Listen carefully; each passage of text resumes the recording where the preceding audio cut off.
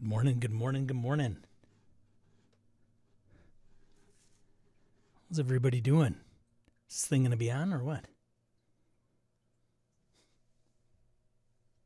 Did I pick the right stream? There we go. Such a delay in getting that off the ground. How's everybody doing this morning?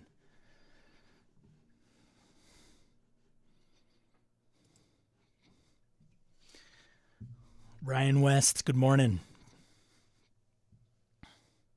Shambot, Hoos, Joe, Tad, Hoos early, up early. Roger, Mr. White, good to see you. Blake, good evening. Thanks for the sound check, appreciate it. Worked till 11 last night and working right now. Well, that's a problem. You shouldn't be doing that. I'm just saying. Well, hopefully you'll get off of work soon, I will say. Holy cow, Ty, you're showing up now? Like not an hour and a half from now. Well, thank you for doing that. I was just watching Mitch Hedberg.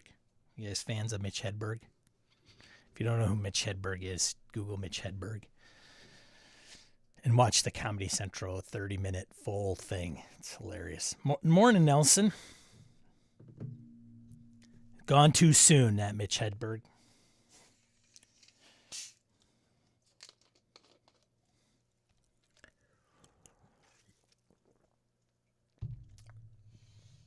You got to see Mitch with Lewis Black and Dave Attell. Wow, I saw Jon Stewart with Dave Attell. Orcus Dorcas, morning. And in prime fashion, I do not have a question of the day, so I will be taking solicitations.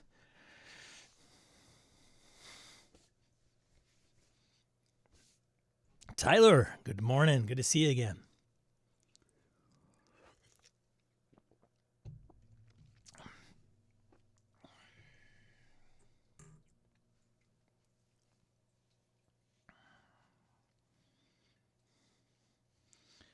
I just had one pop into my head about the D&Ds or something other.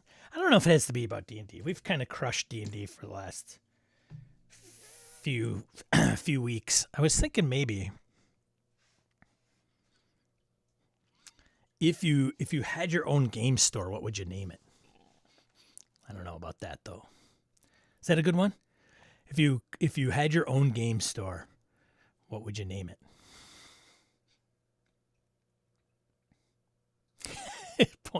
Points for saying, for not saying Sean's Games, or your name games. Is that boring? Is that a boring one? I don't know. That one that's a stretch for her, I think.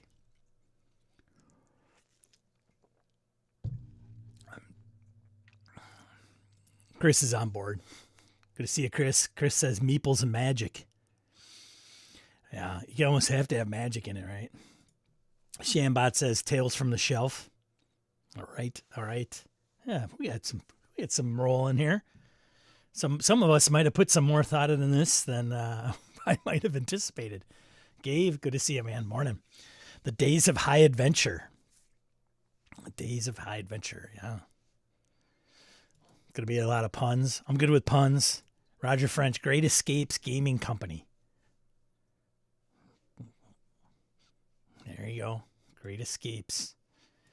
Ryan West, I did, and it was named Xanadu. If I had not purchased it from someone else, I would have called it Dungeons and Donuts, with obviously providing donuts and coffee. I mean, who doesn't like donuts and coffee, right? Donuts and coffee in D&D. We have that exact store in Western New York. Blake's RPG Zone says powered by the Dice Apocalypse.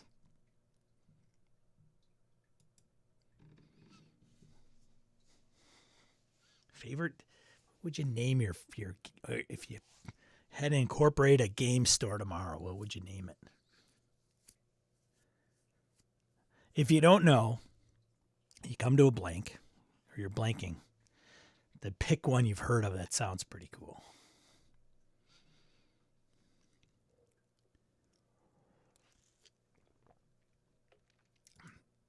Ty says, the dungeon, Mom. I'm going to the dungeon.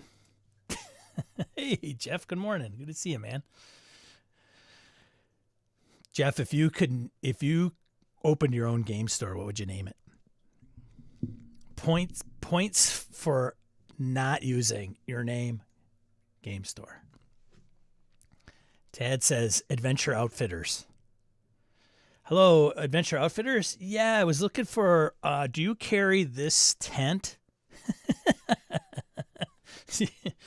Nope. Well, that depends. Virtually or literally physically in our store? Huh?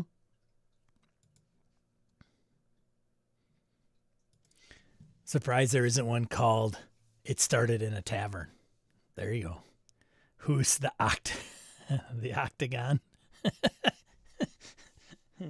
It doubles as an MMA arena after hours.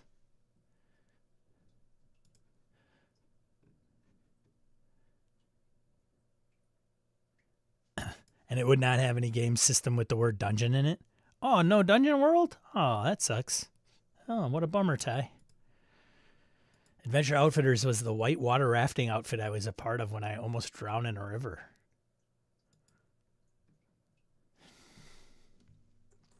Well, you didn't drown, so that's good. Thanks for being here, Chris. Critical hit Shoppy. Chopin.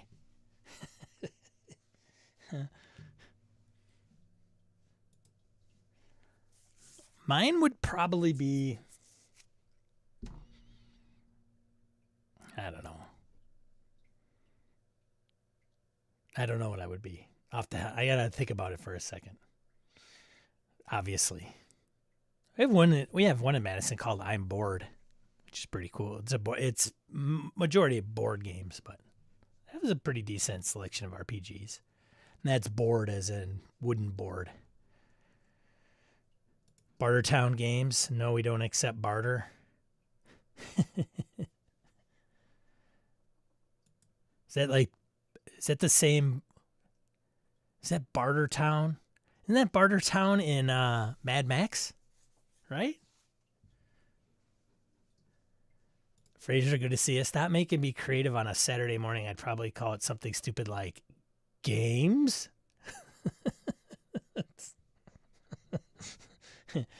Yes, but is it games in Canadian or is it games in English?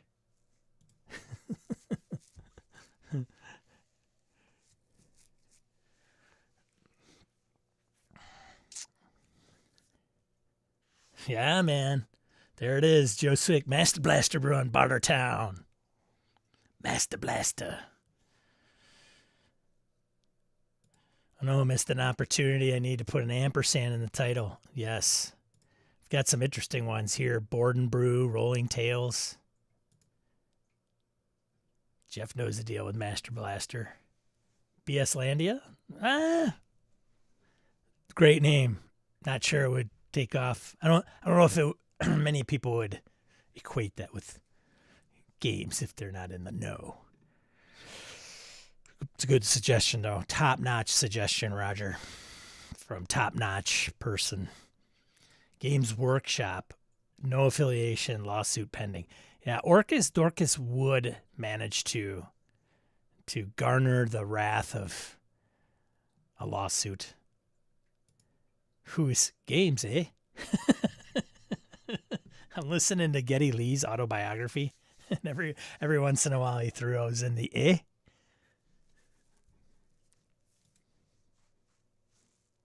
Tad says, when I worked at Industrial Light and Magic. What? I must know more about that. People regularly called and asked if we had fluorescent light ballasts. That's hilarious.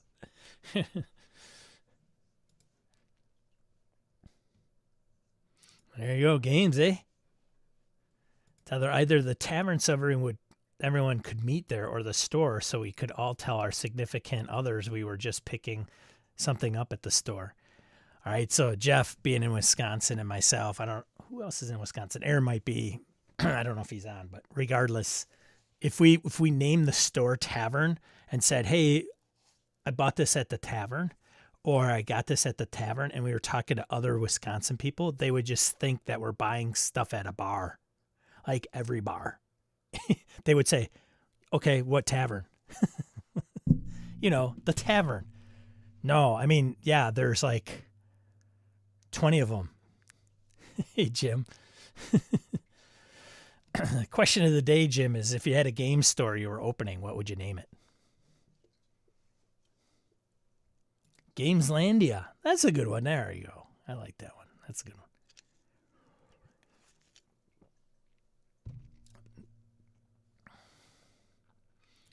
Joe would be, I'd pick something generic like Dragon's Tavern, then also sell beer. Well, you got to get that liquor license.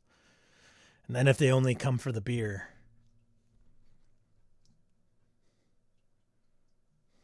If you own your own game store, what would you name it? Seriously, if I did it, it would be 100% be a gaming cafe or bar. We had one here in Middleton, which is like a burb of Madison. Like it was it the donut shop? Cafe type? Board games? I can't even remember the name of it, but it didn't take off at all.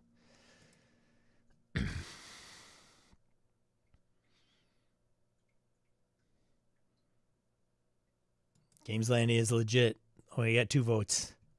Misdirected dice. Look at that one. Hey, Matt, good to see you. Matt, if you were opening your own game store, what would you name it? What would you name it?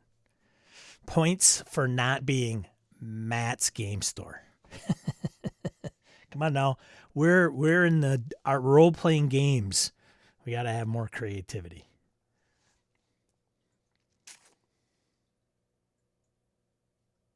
I'm surprised somebody hasn't mentioned like something with RPG in it. Like, I don't know what it would be. Something P store, right? Role playing store. I don't know. That might get a certain clientele to come in every once in a while.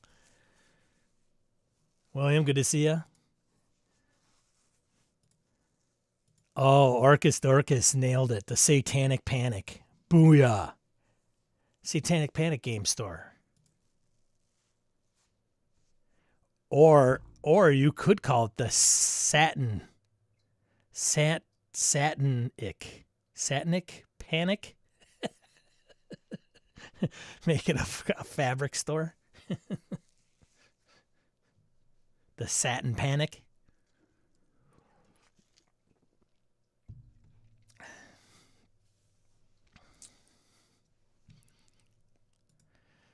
If the front of your store is all glass, you could call it the Nerd Aquarium. You could.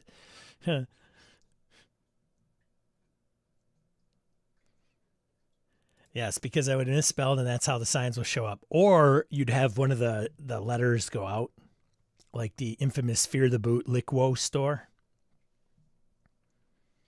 We don't sell sheets. Going to satin panic.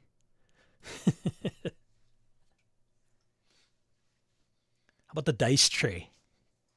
The dice tray? I don't know if that would be a good one.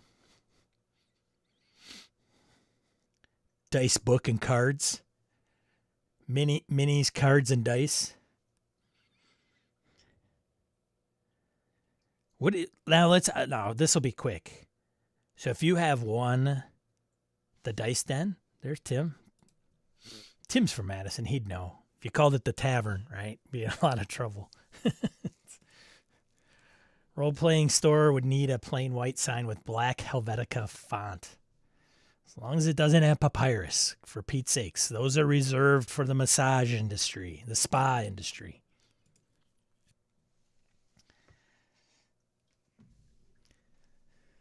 Let's see, we've got I don't know how many, like, what kind of cool ones you got by. We've got the Board Game Barrister, I think, in Milwaukee. We've got Misty Mountain Games. We've got I'm Bored, I mentioned. What was the miniatures one, Tim? Well, it used to be on Odana. I can't remember the name of it now. Giant Neon Sign RPG Boutique. Oh, Boutique. Boutique? Boutique. Yeah, I remember that one. The Pirates reminds me of Ryan Gosling Avatar skit on SNL. The Last Square, that's right. That's right. Forgot about The Last Square. The Last Square, big miniatures. I think they still might sell stuff mail order. Itchy nose today. The Last Square. We had The Last Square. Then we had the one downtown. How can I not remember? I cannot remember any of these. Pegasus Games had Pegasus Games. Still around under new management. Pegasus Games. Or Pegasaurus Games if you're a Dork Tower fan. Because John knows the folks at Pegasus Games, and Pegasaurus Games is a direct rip from there. Store I went to as a kid was Game-A-Lot. That's a good one too, right? Tad Lackman of Game-A-Lot. Fellowship of the Dice. There's one Noble Knight. I'd call it Noble Knight.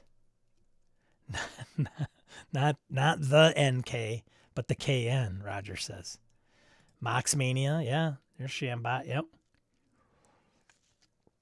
I was in Moxmania once. Boy, that was just like reeked of magic, and that was kind of it. Ty says Game Castle. I like the name of my local store, Game Castle with a K, huh? Edgy. Mr. Hobbs' neighbor at Gamerhood. Good to see you. Hey, Hobbs. If you had your own game store, what would you name it? And don't name it Hobbs' Gamerhood. Although the Gamerhood would be pretty cool, I gotta say.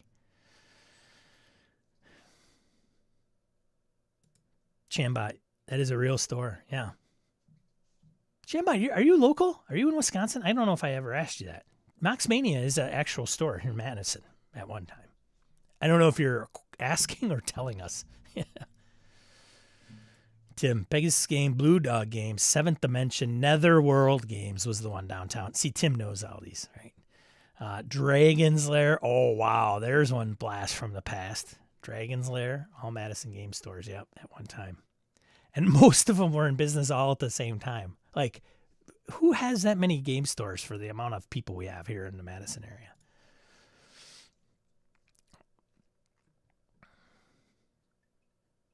Reading Aid, morning. One near me is just called Games and Stuff. Huge store. Victor, good to see you. Morning, Hobbs and Games. I don't know if I would go there. Had a bad experience with a Hobbs once. Why not? Great name. Well, I mean, it's fine, but I'm trying to encourage a little more creativity than just inserting somebody's name. Jim says I'd call mine. No, we don't have TCGs, and it may immediately go out of business. Do you sell singles? You'd have to put that on your phone system. Madison is smack between Twin Cities and Lake Geneva, so, still.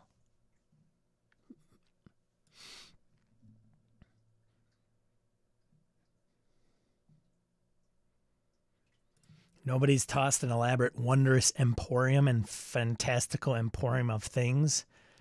Things found and entertaining. Well, that's a good one. See if we get one that's super long. Napoleon's, there you go. Yep, Shambot's local, I can tell. Napoleon's was a great mini and RPG shop. Yes, I live in Verona.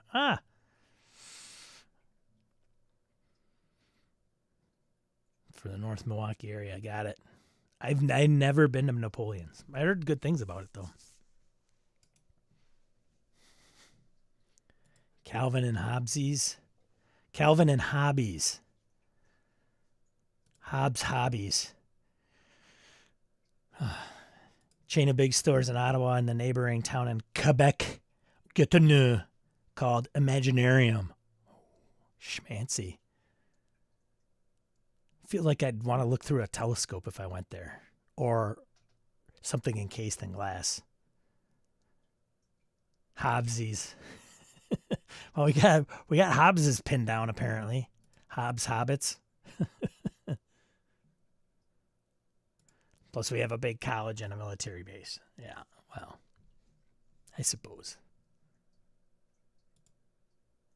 You know, Sean, you have large family farmers that get bored on cold winter nights. They need something to do. Yeah, for sure.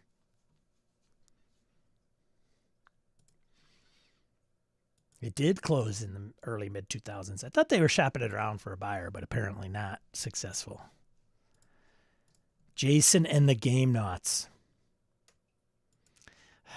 Jason, good to see you. I'm interested to hear what Jason comes up because I know what Jason does for a living. Jason, if you were opening a game store tomorrow, what would you name it?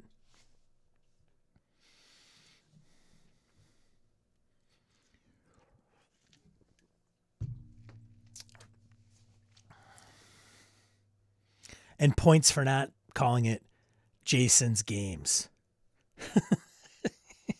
Or Jason's Game Store. Hobbs hulking Hyperborean Hobbits. It would quickly turn to 4-H. In which case he would get sued. And the logo would be a 4-leaf clover with each one of those in each petal. The Dank Dungeon Game Store and Repository. Oh, I like that one. That's a good one. Nothing says come on in than Dank Dungeon. That's the Comcast NBC Universal Game Store. No, I would have thought you would have said like the Comcast or the Game Store, a Comcast NBC Universal company. Future vape shop location. Oh, you guys are now you're pouring it on. Here's where all the creativity comes. Everybody's ingesting that caffeine if they're in the U.S. Blake is probably digesting the beer, and now things are going to go off the rails. Ryan says, don't forget to like and subscribe, folks. All right, back to the work. Sigh, I'll watch the stream later. All right, see ya, Ryan, and thanks for the reminder. Yeah, I think we're at peak velocity at this point, so if you are so inclined, hit that thing. Smash it, if you will. The Android's Dungeon was the comic book guy show in The Simpsons. Zero Charisma Games. We're a humble bunch, it sounds like.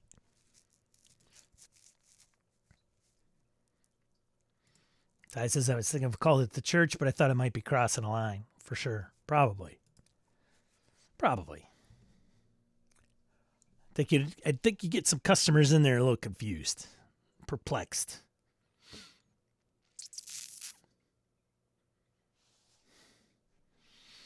All right. I think we beat that one down.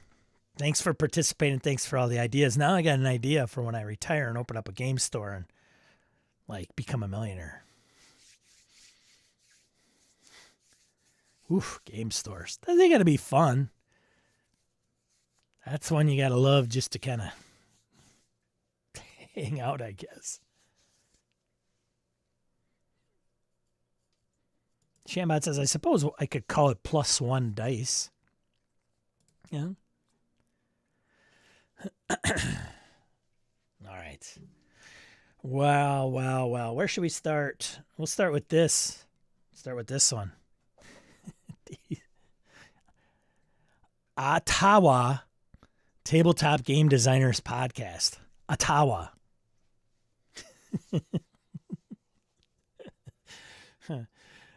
Some folks, I don't know, might know these guys. It's It says by Fraser.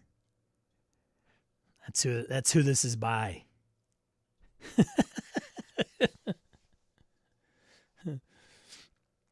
Maybe Jeff says maybe next year as Jeff ponders retirement. What an ass.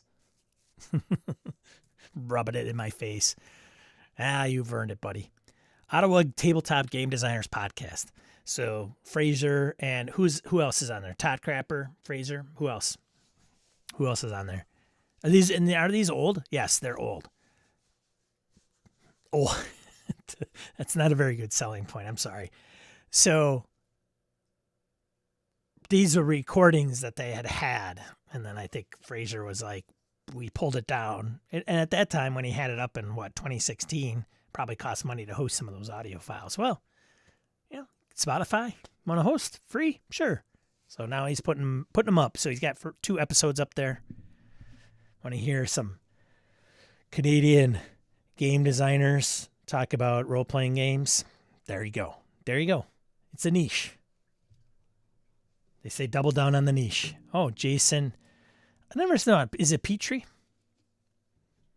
And then Mark Richardson are part of that as well. So there you go. Check that out. And later, Josh Kitts. Cool. So if you know any of those, and even if you don't, there you go. Got to plug it out there, Fraser. You're going to be like, I think you're probably going to hit critical. I think the timing is right. I think probably when you launched it originally, if you didn't hit 10,000 subscribers, it might have been just the timing. But now it's all about timing. And now it'll probably be Critical Role material. Might even dethrone like Joe Rogan or somebody. All right, next. Oh, I better hold on a second. Let's back up. Let's get a link into the chat for people to grab that. All right, there you go.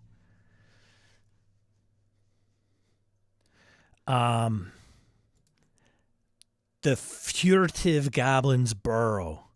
So the reason I put this out there, I thought it was pretty interesting. If you're not familiar with Talislanta, the setting, this will bring you up to speed. And this is by, I don't remember whose blog this is, honestly. Regardless, check it out. I'll put a link in the chat. But a boring history lesson on the much more interesting Talislanta, the game that won't die. Oh, excuse me. Started writing about Talislanta a few weeks ago and realized I was cramming way too many things into a single post again, so I've decided to split the word count up a bit. You can read the more gamey bits here once those are finished. So first edition in 1987. After several trips and false starts, publisher named Board Games, headed by a weird and eclectic saxophonist named Stephen Michael Secchi, released the first edition. It distinguished itself from other fantasy worlds of the time with its relative lack of inspiration and or derivation from Tolkien or European mythology in favor of a slightly more exotic and more obviously post-apocalyptic feel. It's more influenced by horror person Lovecraft's dream quest of unknown Kadath. My favorite thing of Lovecraft ever, yada yada, and Jack Vance's Dying Earth setting. Though interesting, this did not extend to pilfering Vance's magic system like certain other games of the time we're doing. So I don't know who out there, any Talislanta fans out there? Hey Ben, good morning. I see you, Ben.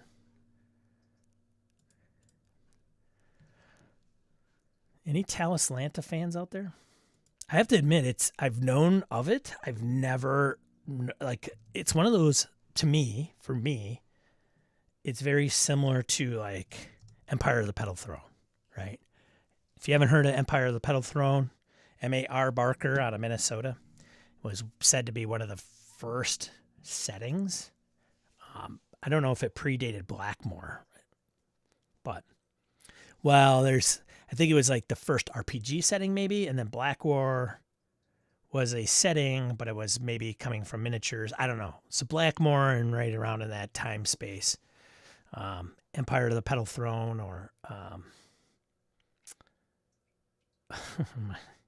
what is the actual setting? What is the name of the place? Oh God, Tecumel. Thank you, Tecumel. I'd say it's nothing like Tecumel. Well, that's true. I'm not comparing apples to apples. I'm just saying that it's they are both probably very much different than typical Tolkien. Greyhawk, insert details here. Somebody said they own all of them. Hobbs, did you say that? Own them all?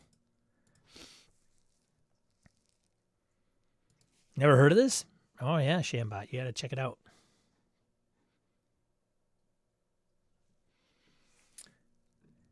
I think Barker was developing this setting before Blackmore, but not necessarily as a game. Kind of like Ed Greenwood with Forgotten Realms before D&D.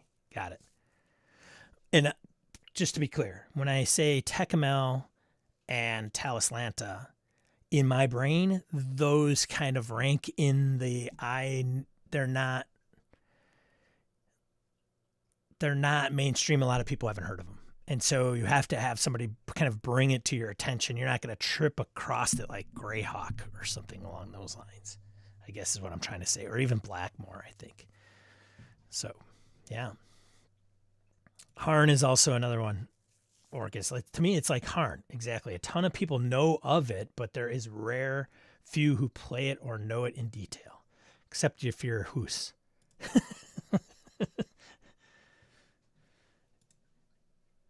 Sean is saying Talislanta is fringe or adjacent, as is Empire of the Petal Throne. Yes, I would say that is exactly what I'm trying to say. Gabe's my translator.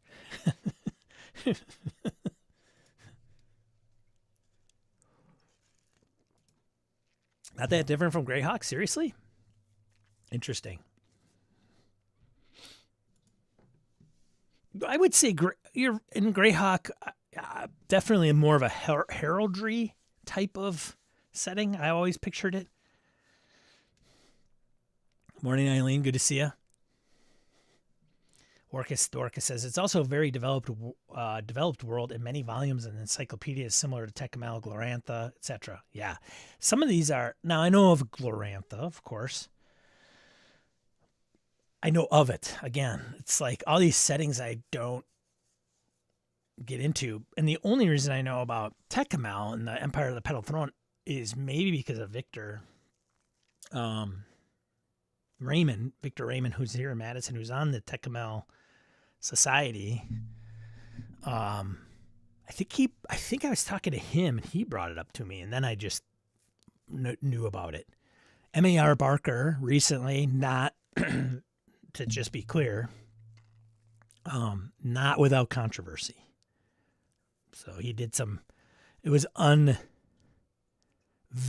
discovered that he supported some pretty, like one specifically bad egg group, if you will.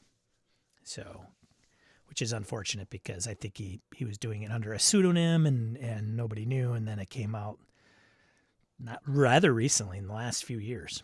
So Tecumel Society had to issue a big apology. They actually donated money to, I think, the Anti-Defamation League or something, or a group in the city's area, because that's where M.A. Barker's from, is the Minnesota Twin Cities area. I say that because I didn't want people I want everybody to know that I'm aware of, like, Mr. Barker's, how do I put it? Bad judgment, or I don't know, I guess racism, if you will. So let's not sugarcoat it, right? Tecumel is the only setting like that has its own society. Also has a novel. I don't think it has its own system. I don't remember. Anyways. All right. Moving on. What did we have here? Oh, dice. Some cool dice coming. 52 quid. So in US, it's probably like what? $65?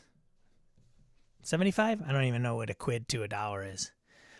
But these are the 50th anniversary RPG dice. 7-pack heavy metal.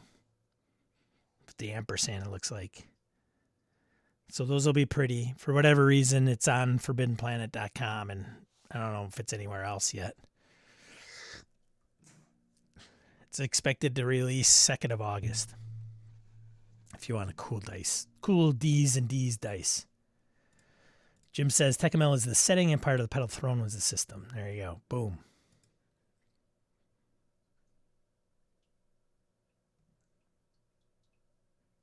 Nice job. $65 with current rates. Thanks, Tyler, for the fact check. All right, let's get into let's do some bundles, shall we? I forgot to do the intro again, right? News, but whatever. Let's get into some bundles. You guys get bundles? What? Some of you might know some of these that are going. This one has 9 days as of this video being recorded March 30th or streaming March 30th. So Goodman Games D20 Monster Guides. Or Goodman. Is it Goodman Games or Goodman? Maybe it's different. Am I wrong? Yeah, it's Goodman Games. Goodman D20 Monster Guides. So presents 13 big D20 system monster source books. 13 source books. I think you can get in on this for like $10. Get all 6 D20 system monster source books in our Minor Threats collection. So 770 pages worth. Published in 06 to 09 for D&D 3X. There you go. It supports the San Francisco Marin Food Bank. Just so you know, some of the proceeds. So if you want to get into that,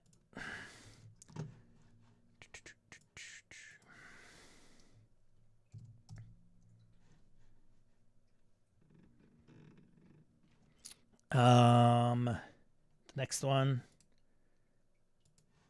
So I'm getting rid of Fiasco. I have the latest edition. I helped kickstart it. It's on the list of sell. And I have like 3 expansions, 3 sets, or 3 card sets. That I don't know if it comes with 2 in each card box, so I have to have 6. I don't know. But regardless, if you haven't played Fiasco, it's a fun game.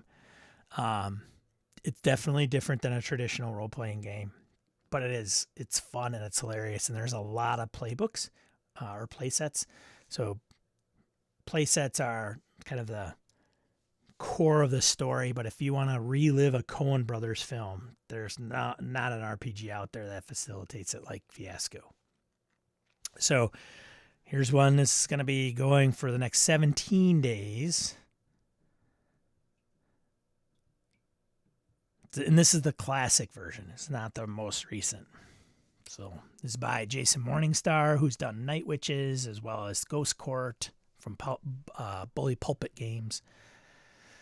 My first experience with Fiasco is I think it was out. I think it was the same year it got released. And I was at Gen Con. And it was fun. It was really fun. Whoops, thanks, Nelson. And you get all this for like $42 worth of books for like $10. And then, of course, the proceeds of this one goes to Minds Advisory Group. Saves lives, builds futures. So you can check that out. Some of the playbooks, play sets. The Climb, Radioactive Bison, Out of Dodge, 4 losers in a car with a bag. The Climb, two and only 2 will summit in the morning. The Companion, American Disasters, Business Casual, Rainbow Mountain, Poppleton Mall, Run Fools Run, The Last Heist, White Line Fever, and The Murderists. Yeah, so these are...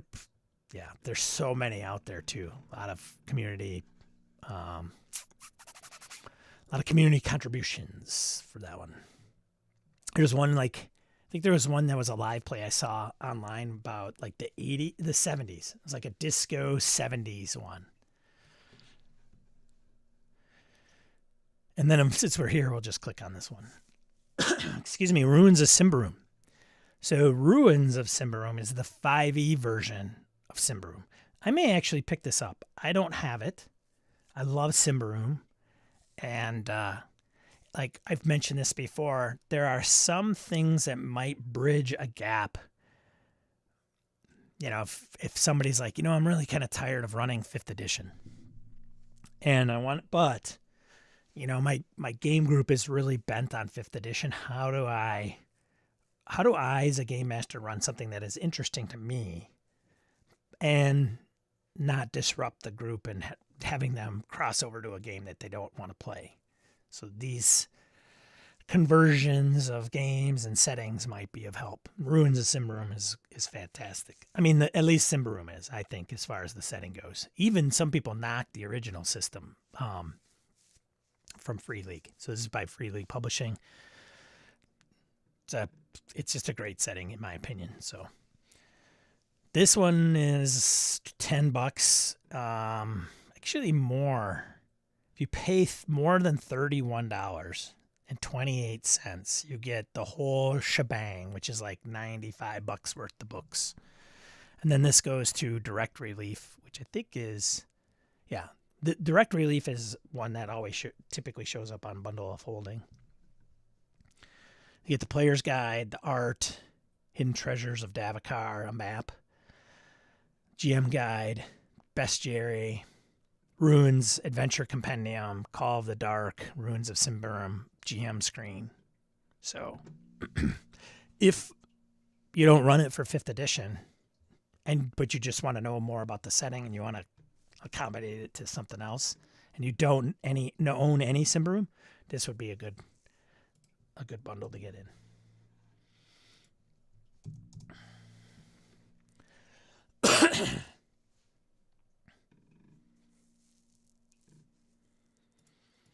Fiasco has no game master and no pre-game preparation. I've played it many times, including with people who had never played an RPG before. It has been a blast every time. Yeah, it is a unique game for sure, and it's fun. Never played Fiasco. Have the book somewhere worth checking out. Oh, for sure. For sure. You gotta have typically 4 players, I think, Tim, right? 4 or 5? And usually the way it works, not to get into the details of Fiasco, but, there's things to creating kind of what's going on, but you will typically interact with only the person on your left and only the person on your right. And then there's a mechanic called the tilt. So you kind of start going along and things are, you're given spotlight time around the table to some degree. There's some different colored dice because based on the thing that occurs, you determine whether it should get a black or white. I don't remember if it's positive or negative. I know Tim knows the game better than I do. But at the end, at one point in the game, there's something called a tilt, and that's when things go awry, and it's just Coen Brothers all over. Blake, great game, lots of fun. There you go. Still Free League counts for the RPG Sean drinking game. Yes. X gets the square. Ruins is so different than D&D 5e. Yeah. Corruption rules. Sean, my friend is seeking the 2 core books for Ruins of Symbaroum at his store. For 50% off, if you're interested, hit me up. I appreciate the heads up. Thanks. I don't know if I need any books. If you're not on our Discord, I've listed, there's stacks over here that I'm unloading. So I would probably get this bundle. I don't know if I would want the hardbacks. Selling. Yes, I figured selling. Cockatrice Nuggets, good to see you. Is that a 28-page GM screen? Probably comes with an adventure, I'm guessing. Yep, 28 pages. You got it. Which retails for $10. So some of these usually you get an adventure with them, but that's good call. I've been staying away from ruins because of 5e, but may jump in just so I can play it. Tim says 4 or 5 players for Fiasco. I played with up to 8. Okay. Oh, you can? I was always under the impression you go side by side. I don't know. Maybe I had a different game. My apologies. See what happens? I need you guys to correct me. Keep me on the... Because other people are going to watch this and be like, this guy doesn't know what he's talking about. But see, I have you guys to lean on. Jambot agreed. Simbaroom is a great bridge to getting people over from the world's most popular game. Yeah. I have the core rulebook for native Simbaroom and try to get more.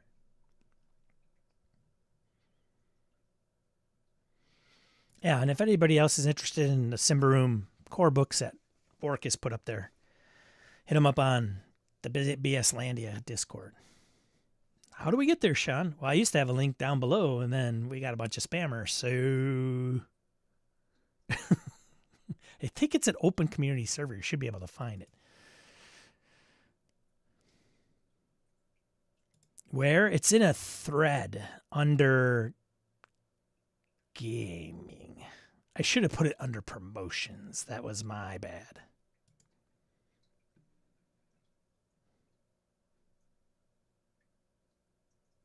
GM screens in PDF are handy, is what you're saying, Hoos. All right, let's go. What else we got here? Oh, there's another one I wanted to bring up. John Carter of Mars.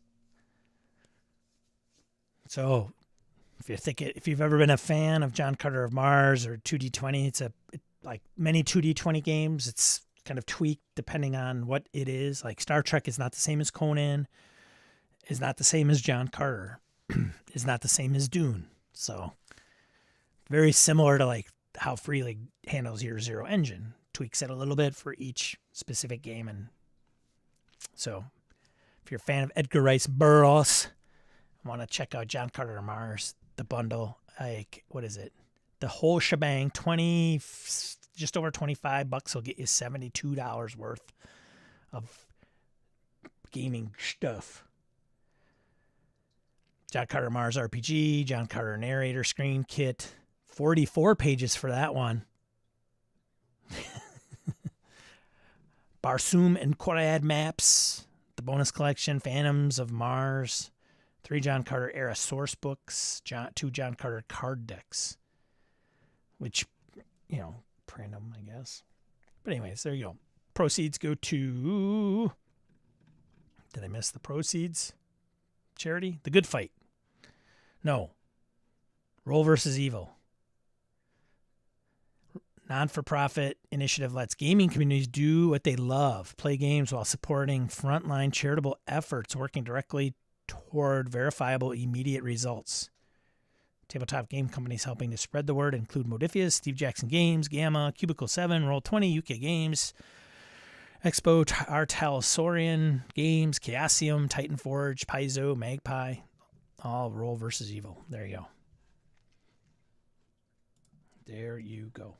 2D20 GM screens generate also contain adventure generators. Gabe reppin' 2D20. There you go.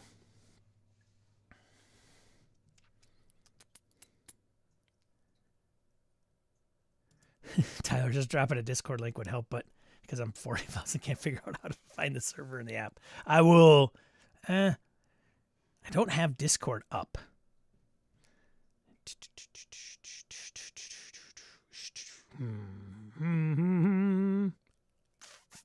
I will find a way to get you there.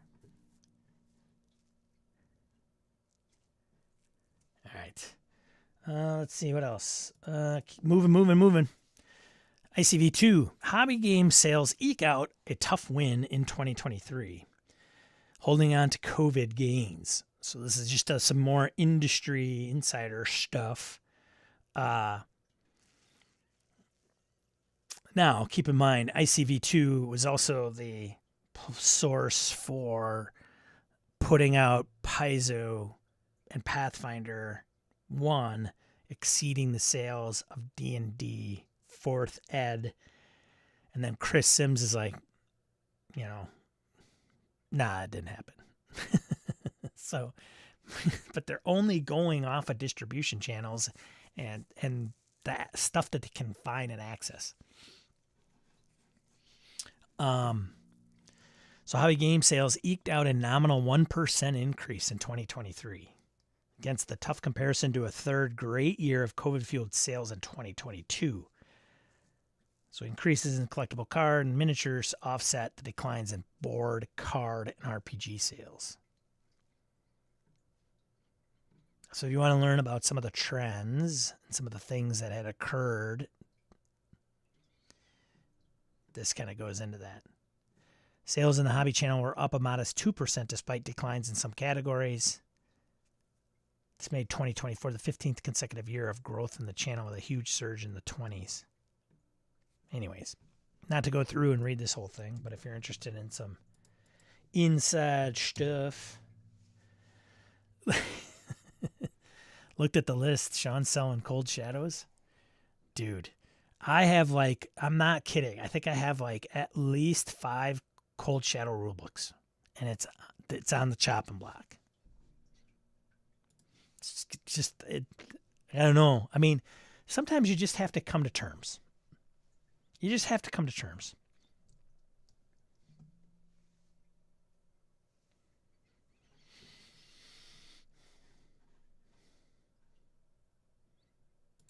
It always shocks me how little actual information is available regarding the RPG market and industry.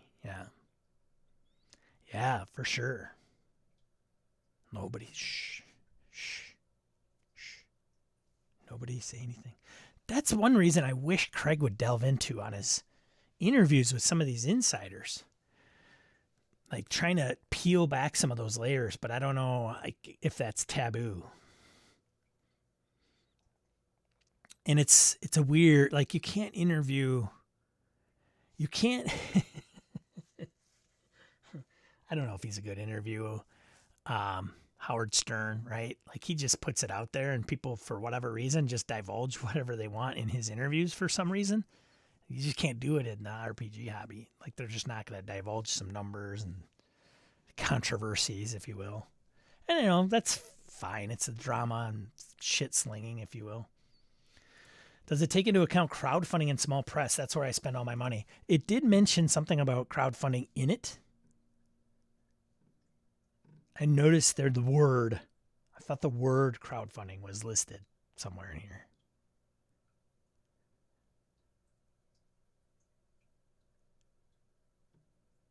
Here it says, our primary means of collecting data about hobby games sales is interviews with key industry figures with good visibility to sales in various subcategories and channels. We also review data released by publicly traded companies. Not a lot out there. Publicly available Circana data and crowdfunding data and analysis. And there's a white paper. See the ICV2 Hobby Games White Paper 2024. For last year's report, see hobby game sales up 7% in 2022. There you go.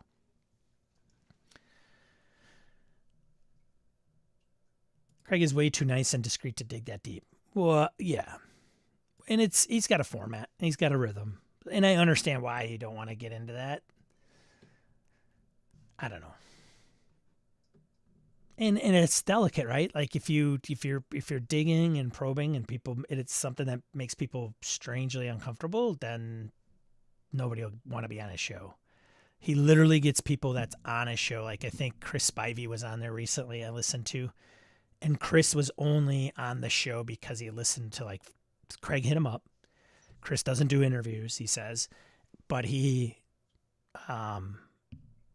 decided to do Craig asked him, well, then what made you decide to do this one? And he's like, I listened to 3 of your shows and it was fine. So, yeah. Yeah, no, I get it, Orcus, for sure. Yeah, it's not a negative. It's just that's the way it is. My stock portfolio is full of TTRPG companies. Indeed. Yeah. All right, let's see what else. Moving on, man. You guys heard of the Crit Awards? What? You haven't heard of the Crit Awards? Come on. Voting's closed for this year. Upcoming dates. Crit Awards 2023 is over. Check out the dates below for 2024. So nominations open April 1st. They've got a epic butt ton of categories. And so let's see. Lots of categories. I'm not going to go through all of them. Best solo RPG, best indie RPG, best homebrew, best supplement, best one-shot. I will look. I guess I'm obviously going through them. Best series, best NPC in an actual play, best villain in an actual play. You're getting down. Best supporting YouTube channel, best legacy YouTube channel, best upcoming Twitch channel, best master indie, best game master indie, best player indie. Like tons of catalog. Like look at this. Numbered, they have 47 awards. Or categories, I should say. Voting goes live April 1st, and then we'll close May 31st. And then I think the secondary voting, I don't know if that's like a nomination, and then out of these, they get nominated, and then after that, you vote. I'm not quite sure. Secondary voting will go live on June 7th, and will close on July 7th. The community will be allowed to vote for nominees that have accepted their nominations. And then all voting will be closed July 7th, like I mentioned, and then the award ceremonies at Gen Con in August. So, and then they say like what it's about, like why they brought it up. They've got a pretty good size amount of staff that's working for them. So, yeah, something that might be interesting.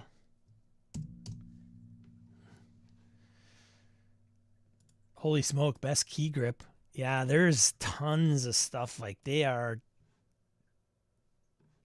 definitely outside of the Ennies on probably a few different things.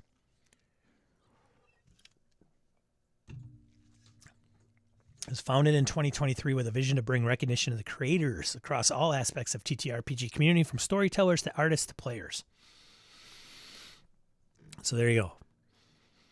Came up on a Twitter thing. I had not heard of them. And so, you know, there you go. Now I'm spreading the word. Word is now spread.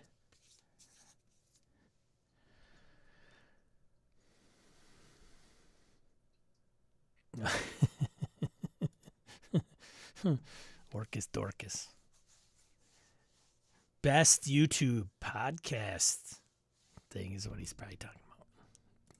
Anyways, that is all that I have for, I guess, news, bundles, stuff. Should we get into print news, print stuff? Print stuff. Print stuff, yeah.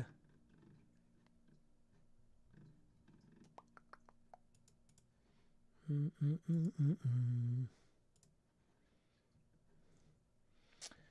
start out with this one. Swords and Wizardry White Box Rules by Mythmere Games. So Mythmere Games is Matt Finch. He puts out Swords and Wizardry. Was it Swords and Wizardry Complete? Which is different than this one, I think. Still kind of a derivative.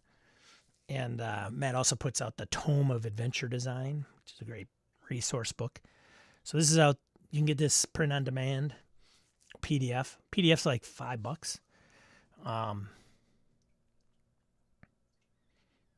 So it's, if you want to play the complete version of OD&D as it existed in 1978, you may want Swords and Wizardry Complete.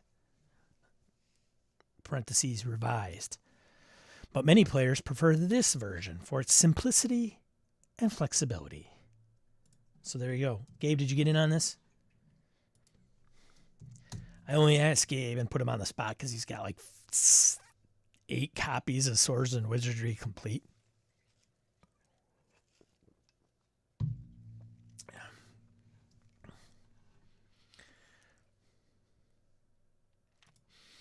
Gabe says Swords and Wizardry Complete is a re-articulation of all 0E rules, magazine supplements just before 1E was published. Thanks for the clarification. I'm waiting on this one. I wish it was better print. Yeah. All right. So that's that. Who's getting in on this one?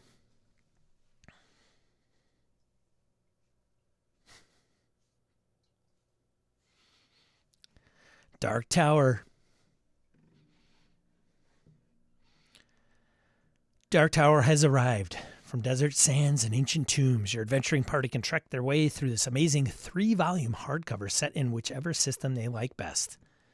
Street date is Friday, March 29th. Yesterday. Woo! You'll be able to grab it at an FLGS, and you can order it in our online store today. Hey, Goodman Games. Anybody going to pick this up or had it pre-ordered?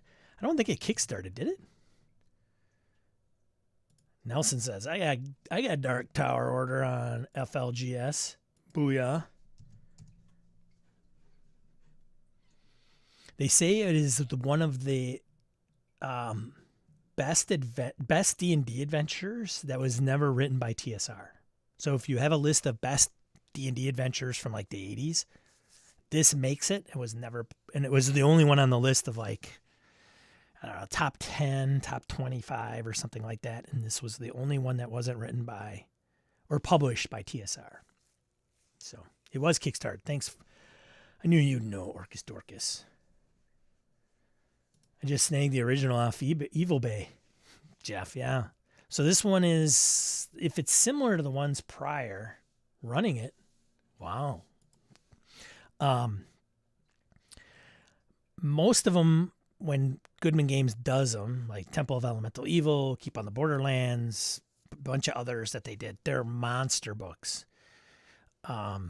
This one's a slipcase of like 3 books. And they usually put out the original. A lot of like exposés from designers and publishers that remember running this, and they write about their like experience with it. And then they have a 5th edition version and then I think original version. This one is, they have it for like 5e. And then they also have some DCC stuff. There's the 3. It's gonna load. Get out the mice in the hamster wheel. Goodman Games, man. Maybe it's just me. I don't know. Volume 1. Here it is. Volume 1 reprints the original Dark Tower with annotations. Volume 2 is a full DCC RPG conversion. And then Volume 3 features 3 new DCC adventures set in the world of Dark Tower. Oh, I see. And then, so that's one product. And then you can get the other one that is reprints of the original 5e conversion, 5e adventures. So make sure you get the right one. And then there's some extra adventures you can get. And they have DCC RPG dice for Dark Tower. There you go. Yes. I might get the PDF. I don't know.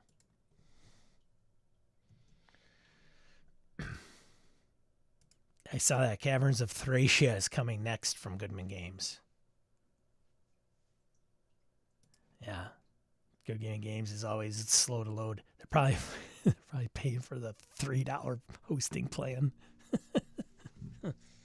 Some crappy shared hosting. Struggle is real. Oh, I did this one already. I don't know why it's over here. I must have mixed this up. I'm not gonna. We already covered that. All right, let's go into Ian World and see what they had to say about some of the stuff coming out in print. Not affiliated with Ian World. Go over there, click on all their ads. Smorgasbord. I think I've mentioned this when it was maybe being kickstarted. Kobolds Ate My Baby, The Orange Book by Ninth Level Games. Either one of these. $15 or $20 in print. I know you guys been waiting for both of those in print, so now you can get them. Traveler. Dang, another Traveler book by Mongoose. World Builder's Handbook. Jeff, remind me, I got to get you your Mongoose Traveler book back. Doctor Who Adventures in Space by Cubicle 7 for the second edition of the Doctor Who. Or Nurse What?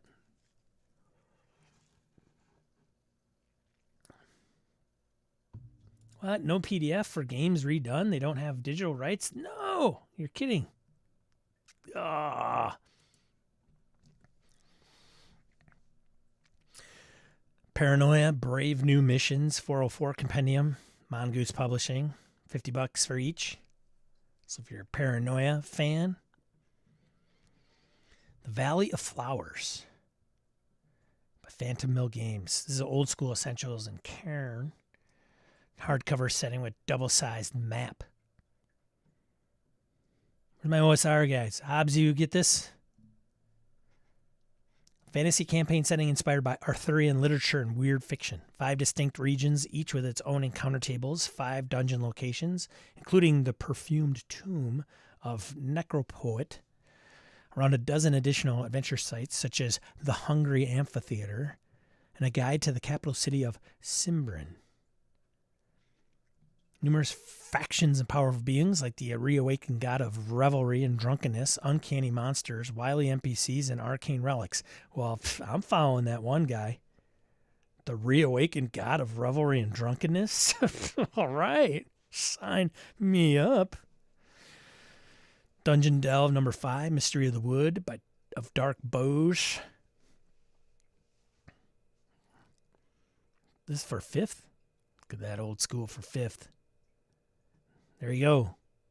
For characters levels 2 to 4, wilderness and dungeon locations to explore.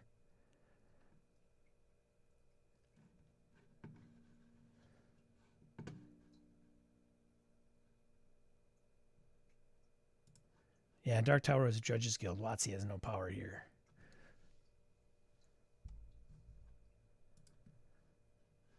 That's that for Ian World's print news. There you go. Should we go to crowdfunding? Crowdfunding. Some guy did a drive-by posting on our Discord. Agents of Fate. It's got 28 days to go. What is up with that? How come it's not? Yes, I'll accept all, whatever. How come it? Oh, pledged. What? Did I scroll? Where is it at? Oh, there we go. 28.50 of 10K. 43 backers, 28 days to go. High octane action PvP RPG.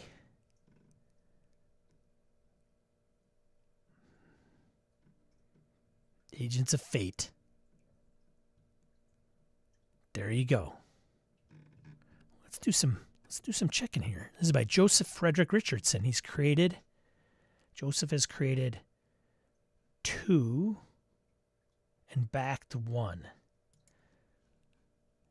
The one he did before this is the second one. So the one he did before was Dread of Night. It was 102% funded back in, when did it, I'm not going to, last updated just today. And this one was PBTA. Comments. They got their books, so the books are out for this one. Looks great. 8 months ago. 8 months ago they got the books.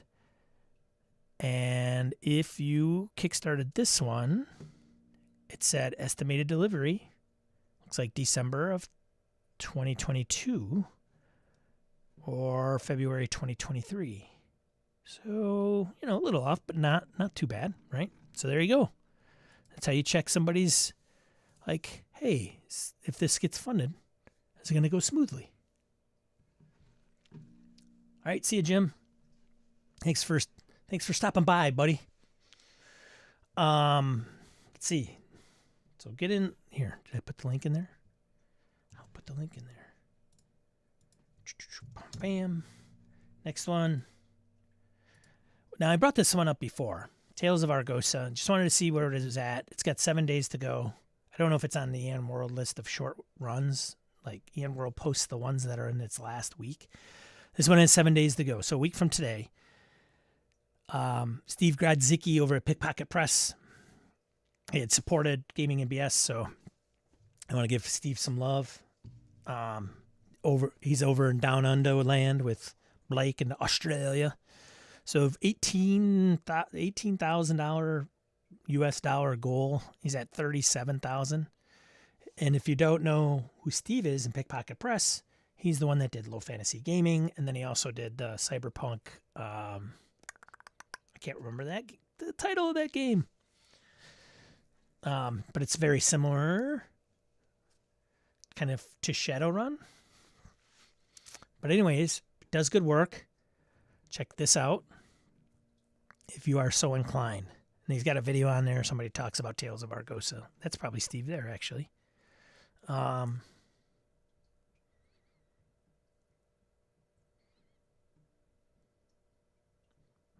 little bit different from the low fantasy gaming space, but a lot of people like the low fantasy gaming. Hobbs was, I don't know if you're still there, Hobbs. Hobbs was a big fan of Steve's and some of the work he did. So, anybody get in on that? It's got some funky dice in there. Funky dice sometimes can be a mixed bag. Stretch goals. It's got one to unlock at 40,000. I'll probably hit that, right? The last push. PDF is, and there's cards. A little risky on this one. Cards and funky dice. PDF of the Tales of Argosa is about $25. Looks like US. Was he? Oh, did you tune into that, Gabe? Hobbs was YouTubing the Tales of Argosa playtest.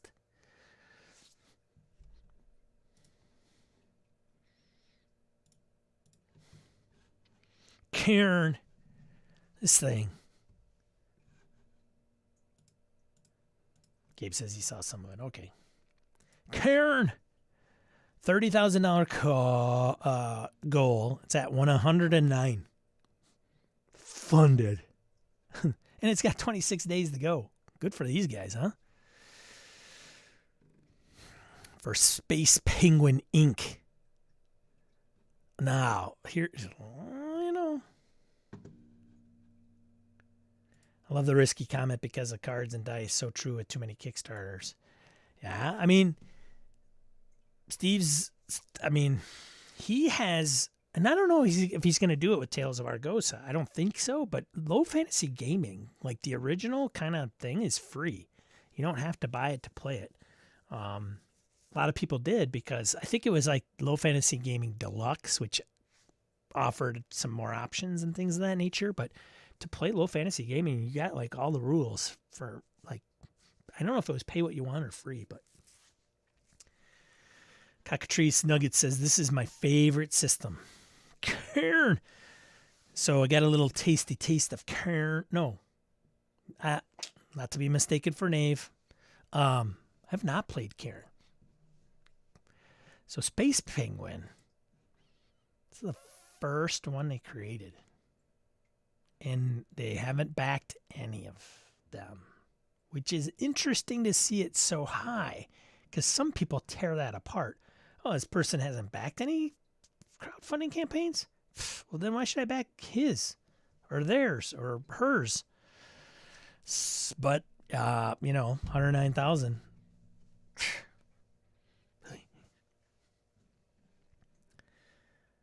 Karen ads have shown up most of my social media feeds. They're spending money for marketing. Dude, I cannot tell you how many Kickstarters I have looked at, crowdfunders, mostly Kickstarters. If I look at I think it's mostly when I look at it. All of a sudden, my Instagram, like every ad, it comes up every time I'm on Instagram.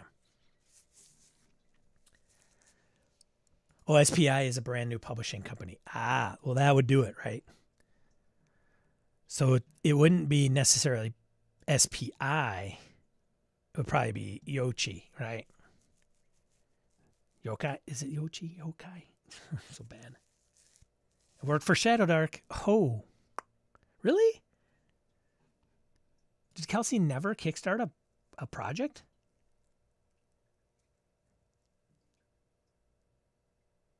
Yohi, thank you. Yohai. Yeah, Yohai. So I think Yohai's probably done quite a few. I'm guessing. Yeah, he's back 115. I would probably put that in my first update. Just an FYI, this is the company that I'm launching this Kickstarter. I've backed 115. So.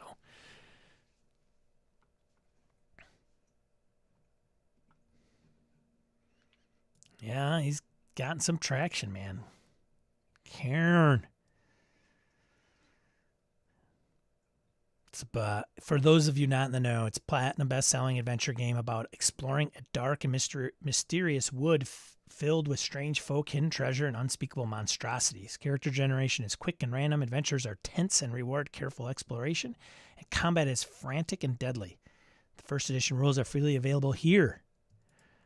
I will put a link for the free rules and should be familiar of any fans of Knave and Into the Odd. I don't know if I have Karen, the first edition. There. I may check it out. I'm sure this one's going to be pretty. Click here to free first edition rules.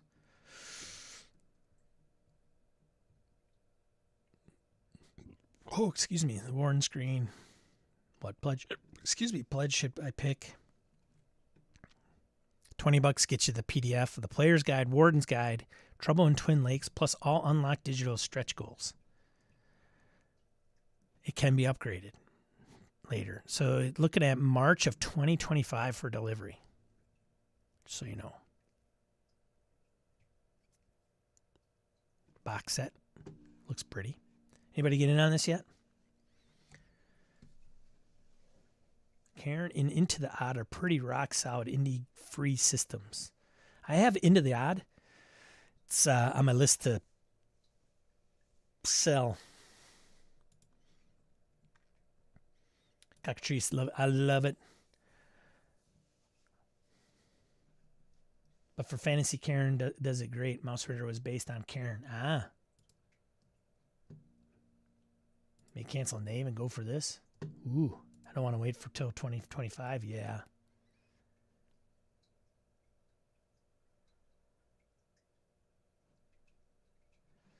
Right. Next. Those are some of the free-standing ones I had.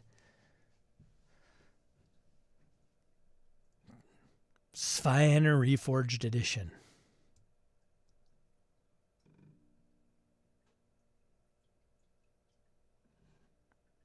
Yohai has a great podcast, Between Two Karens. Oh, I have heard of that. I did not know he hosted it. Interesting. That one's for those of the old Warhammer fans that love Spyhunter. 142K of a 10K goal. Now it's under new management too. New ownership by World of Game Design. This one, Adventures in the Household 5e, the tiniest setting for the world's greatest RPG. This is by Two Little Mice. So they did this one. They did a couple others. Outgunned. They did the pulp one. What's the pulp one? Oh my God.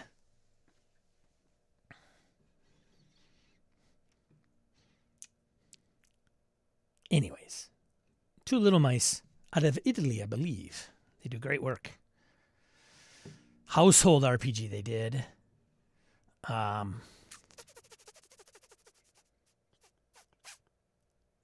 This is a 5e version, original Household, yeah. This is, yes. That's to answer your question, yes. They did Outgunned, and then they did...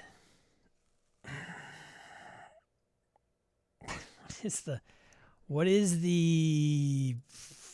I've played it. Outgunned, and then... Which I got in after the fact. And then there's... Maybe the other one isn't on... Drive-through? Memento Mori. Yes, that's another one. But there's another one. The Pulp. Indiana Broken Compass. Chris to the rescue. Bonus points for Chris Sneezak. Western New York. Broken Compass. Yes. Runner up is Orcus Dorcas. Thank you. So they do good work. So if you're interested in that one, it's obviously funded. 10,000 euro pledge. It's at 145,000. They did list Tales of Argosa. There you go.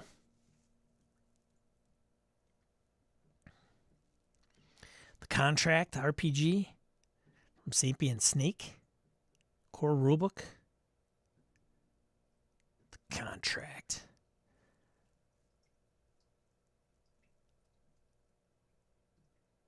It's funded. Digital Tabletop RPG exists as a fully realized game with a website and tools right now. The campaign takes the digital rules and tools and makes them available as a core rulebook. Plays a contractor brought together with other freelancers to defeat supernatural adversaries. BX Advanced Bestiary, Volume 2 by Third Kingdom Games. That's funded for OSE. The Village of Bray by NDNTWVLF. For 5th edition in OSE, it's an adventure.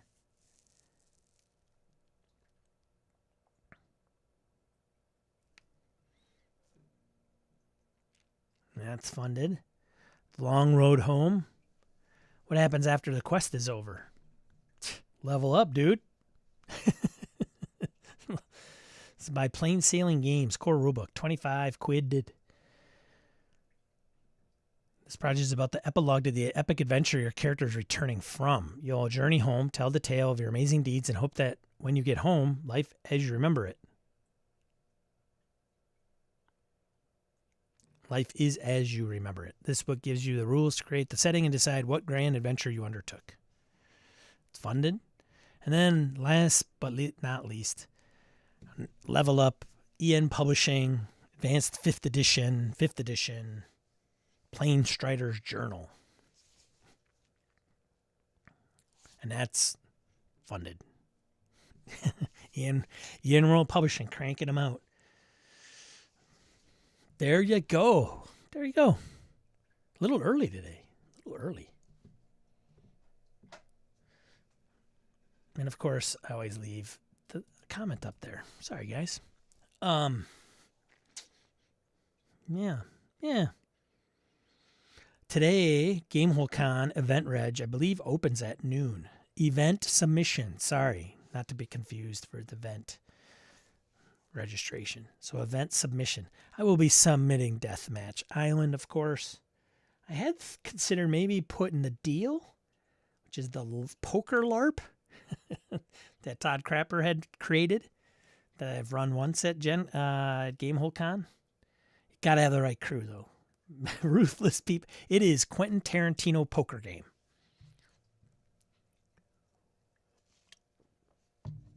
And a shout out to Forge Midwest.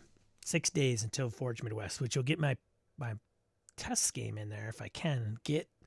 If I get Deathmatch Island before Forge. My guess is I may not be able to make it, Tim. I have personal reasons. It's like kind of. Every time I go out in public, I get sick. So my wife is not happy about me getting sick. And then, of course, happily passing it along to her. How's that live studio audience coming along for Deathmatch Island? That would be fun. I may have to hit up Josh at GameholeCon and say, hey, Here's what I'm doing. Can you provide me with something? That would be fun, Shambot. Wear a mask? I could. That's true. I hate wearing it. It's a good point. Good point. Deathmatch Island, yeah. I may just run Deathmatch Island and then play other games. I don't know. We'll see. Deathmatch Island will definitely be on the books. It will definitely be submitted today. And I definitely have to read more about it. And definitely have to look at the actual plays. Thank you, Tim, for providing those. It's funny to watch the actual plays because, like, Sean Nittner, he gets it. Like, because there's confessional. And when you're in a confessional, you're, like, talking to the camera about what had taken place. But in RPGs, people frame it up like I'm there and narrating what I'm doing, where it's like not necessarily the same. So it's kind of fun to watch the actual play and somebody trying to understand that dynamic. Sean gets it right out of the box. But you can see a couple others are like narrating it as if they're narrating their character's actions. And it's not, you can, but that's the conventional piece. I would love to be an live audience member for the Deathmatch Island. I would root for Team Orange or Team Blue. Yeah, I've thought about like, okay, should I bring, a big light, like I got one of these lights I could plug in and, set up like a mock camera where they're talking to the camera, and then of course the microphone, right? It's going to be fun. I don't know how much effort I'm going to get into it because it can be these productions like the ones that people put on, like Carl Kiesler, man, carrying all that stuff. And especially they're flying in. I just got to like transport it across town. I can't imagine like shipping stuff and packing it all in and having all your set pieces. I'm sure they have it down to an art. Right? Like I just put it all in here and it folds up really nice and I got it all done. And sometimes like dioramas and set pieces, like what?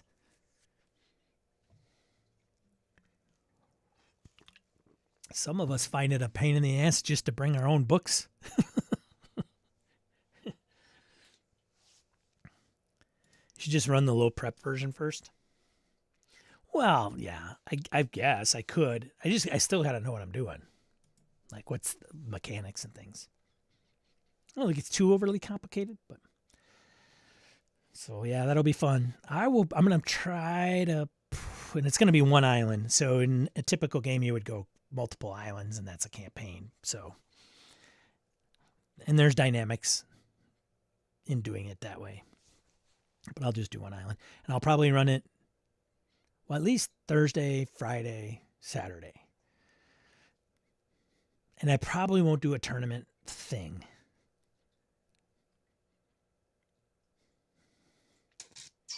But it'll be a fun experience. I don't know if I'm going to run anything else. But oftentimes I've run this and this and this and 3 different games. I'm like, I don't know if I want to do that. This brain, it's very taxing.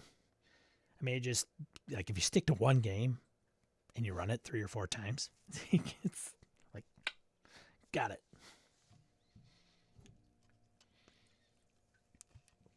I only have to prep for one game. I only have to know one set of rules. I know what happened in the first time, or the first one. Don't make that mistake again. Yeah, there you go. There you go. All right. I want to thank these individuals for supporting me with a few shekels each month. Thank you so much. Much appreciated for your support. Really appreciate it. One game to prep and run is ideal for me. Yeah, I'm with you, Eileen. Thank you all for being here. Even the ones that have left early. Thank you so much for being here and taking the time. I really appreciate it. Thank you. So I stream every week here on the YouTubes 8 a.m. Central Time in the morning with help from the chat. Talk about some of the RPGs. So join us if you are so inclined. If you made it this far, bonus 100 XP for everybody. And you know what the heck? If you're close, level up. Okay. As Roger French says, be a positive force in the tabletop RPG hobby. Spend time with those that you appreciate. Take some time to yourself. Make sure you game. And happy Easter if you celebrate Easter. That's right. Thanks for putting that out there, Orcus. All right. Have an Easter Great Egg Bunny Day. Yes. All right. See you next week. Farewell. Till we meet again.